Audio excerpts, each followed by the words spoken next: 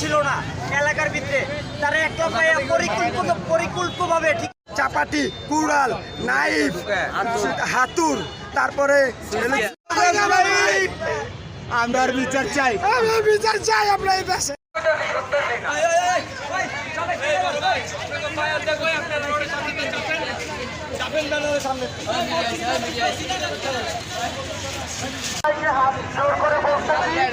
সবাই ঠান্ডা সুস্থভাবে অফিসারের সাথে কথা বলি। আমাদের আলী আকবর যেরকম ছিল আমরা বিচার চাই।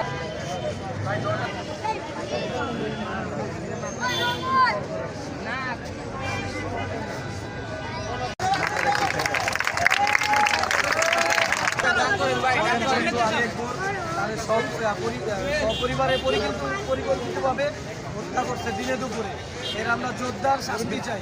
আমাদের একটাই দাবি, তাদের সপরিবারে ফাঁসি চাই।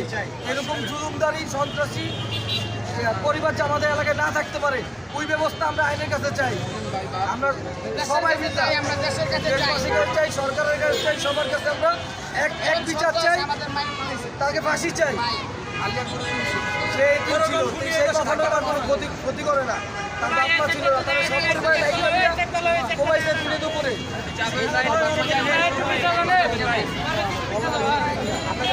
সে একজন নিরীহ মানুষ ছিল, তার মা বাবা কেউ ছিল না এলাকার ভিতরে, তারা একলা পরিকল্পিতভাবে ঠিক আছে পুরো পরিবার মিল্লা নিঃসঙ্গভাবে হিংস্রভাবে ঠিক আছে পশুর মতো তাকে হত্যা করা হয়েছে।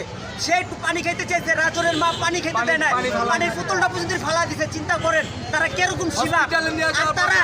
তারা আমরা ছোট দেখেছি এলাকায় তারা মাদক ব্যবসার সাথে জড়িত, তাদের ঘর বাড়ি একবার ভেঙে দেওয়া হয়েছে, মানুষকে খুন করা হয়েছে। আমরা চাই যে সকল মহল্লাবাসী এই লোকগুলার এই খুনিগুলার ধইরা শাস্তির আওতায় আর এলাকা থেকে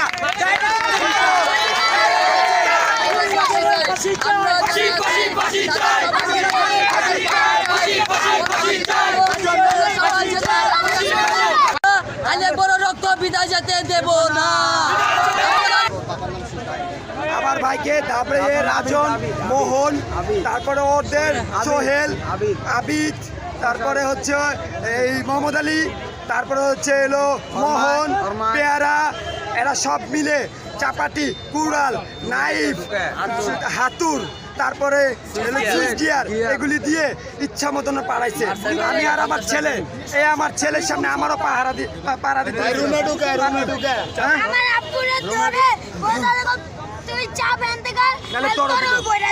হ্যাঁ, আমি কত আকুত মিনতি করলাম, ওদের পা হাত ধরলাম, ওরা কেউ শুনলো না। আমাকে পর্যন্ত ওরা লাঠি গুতা দিয়ে আমার কারখানা, আমার প্রতিষ্ঠানের ভিতরে ওইখানে না, ওরা বলছে 10 দিন আগে যে 50 লাখ টাকা খরচ করবো ওকে মার্ডার দিয়ে।